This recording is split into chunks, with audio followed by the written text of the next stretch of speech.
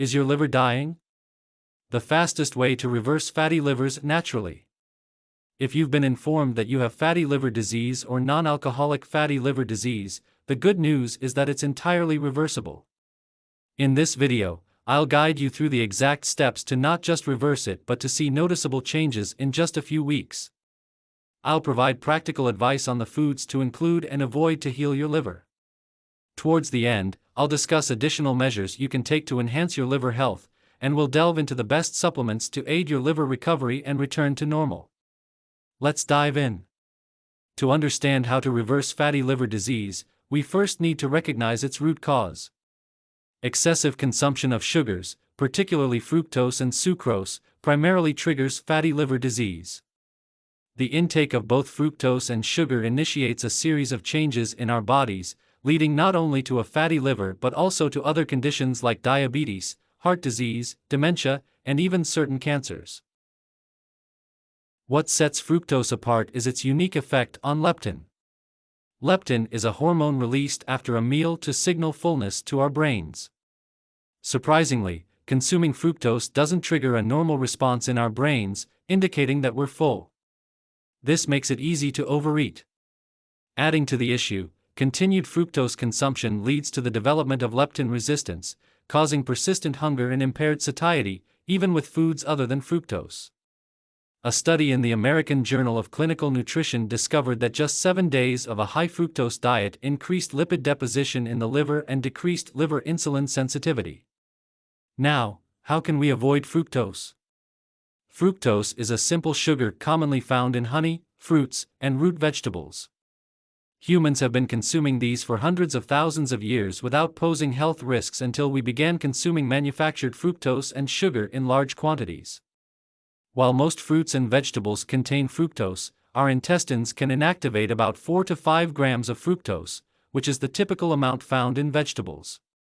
Fruits contain a bit more fructose, but they also come with a lot of fiber, slowing down the absorption of excess fructose. Moreover, many fruits are rich in vitamin C, which counteracts some of the effects of fructose and offsets any adverse impacts from consuming fruit. The first food group to avoid for reversing fatty liver is sugary drinks. While we're aware of the risks associated with sodas and soft drinks, juices are often overlooked and perceived as healthy, especially for children. Whether it's orange juice, apple juice, tomato juice, cranberry juice, or any other type, it's crucial to check the ingredient label for the sugar content per serving. Do not let claims such as natural sugars or 0 grams of added sugars mislead you. While the sugars may be natural, they are highly concentrated and lack the fiber found in whole fruits. Consuming sugars in liquid form, as opposed to whole fruit, increases the risk of overconsumption. Sports drinks and energy drinks are also notorious for their high sugar content. The American Heart Association recommends consuming less than 24 to 36 grams of sugar per day. However, if you have fatty liver disease, it's advisable to abstain from all sugary drinks. Additionally, avoiding dried fruits like dates, raisins, or prunes is recommended. While these are natural and don't contain added sugars, their concentrated natural sugars can overwhelm the gastrointestinal tract and the liver with fructose and sugars. Another effective way to address fatty liver is to increase protein intake, particularly during breakfast or your first meal of the day. A study involving over 9,000 Australians, published in Obesity, revealed that adequate protein intake, especially in the morning, had profound effects on later food choices. Consuming higher protein levels for breakfast resulted in eating less throughout the day, while those with a low-protein breakfast tended to consume more energy-dense processed foods and high-sugar items. If you find yourself craving sugary or processed foods that can worsen fatty liver disease, consider boosting your protein intake, aiming for at least 25 to 35 grams of protein per meal if you have 3 meals a day. Increasing your protein intake not only helps reduce sugar consumption but can also aid in weight loss, which has proven to be one of the most effective ways to improve a fatty liver. Even a modest weight loss, around 5% of total body weight, can decrease hepatic steatosis. If you manage to lose 7% of your total body weight, it may lead to the complete resolution of non-alcoholic steatohepatitis, a more severe form of fatty liver. While incorporating protein into your diet, it's essential to be mindful of the types of fats you consume. Animal meats and dairy products are excellent protein sources, but it's crucial to watch your intake of saturated fats. These fats are commonly found in red meat, processed meats, butter, ice cream, and many fried foods. The topic of red meat consumption is debated, and opinions vary. A study published in Diabetes and Metabolism showed that overfeeding with either saturated fats or fructose increased liver fat, but the group overfed with saturated fats experienced a much greater increase in liver fat than the group overfed with fructose. Several human intervention studies have confirmed the harmful effects of saturated fat on hepatic steatosis. One noteworthy study involved lean individuals who were overfed with muffins high in either saturated fatty acids, palm oil, or polyunsaturated fatty acids, sunflower oil. After 7 weeks, the group overfed with saturated fat exhibited a significant increase in liver fat, while the polyunsaturated group showed a nearly 3-fold larger increase in lean tissue or fat-free mass without affecting the liver. It's essential not to overeat saturated fats and to consume them in moderation. Eating more than about 5% of your calories from saturated fats can lead to problems. To improve fatty liver health, it's essential to reduce the intake of fats from processed meats, store-bought or restaurant-bought fried foods, and pastries. Additionally, moderation is advised with ice cream and cheeses. Instead, focus on incorporating good fats, particularly polyunsaturated and monounsaturated fats found in fish, nuts, avocados, and olive oil. When choosing oils, opt for olive oil over saturated fats like coconut or palm oil. The type of fat becomes crucial, especially for those following very low carbohydrate or ketogenic diets, where a significant portion of energy comes from fats. In ketogenic diets, it's crucial that the majority of fat content comes from polyunsaturated or monounsaturated fats rather than saturated fats. While ketogenic diets have proven effective for weight loss and improving metabolic health, they may not be sustainable long-term for everyone due to the severe carbohydrate restriction.